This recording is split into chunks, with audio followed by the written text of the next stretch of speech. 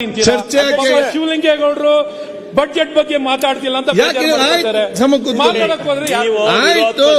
ಮಾತಾಡ್ರಿ. ಇಲ್ಲಿ ಚರ್ಚೆ ಮಾಡಬೇಡಿ, ರಾಜ್ಯ ನೋಡುತ್ತೆ.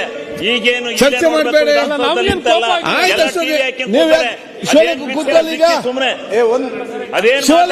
ಮಾತಾಡ್ರಿ. ಯಾರು ಬೇಡ ಅಂದ್ರೆ ಕರ್ನಾಟಕ ರಾಜ್ಯದ ಜನ ನೋಡ್ತಾವ್ರೆ.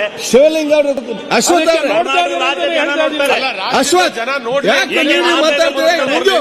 ಕೂತ್ಕೊ, ಎಪಿಸಿ ಕೂತ್ಕೊಳ್ಳಿ.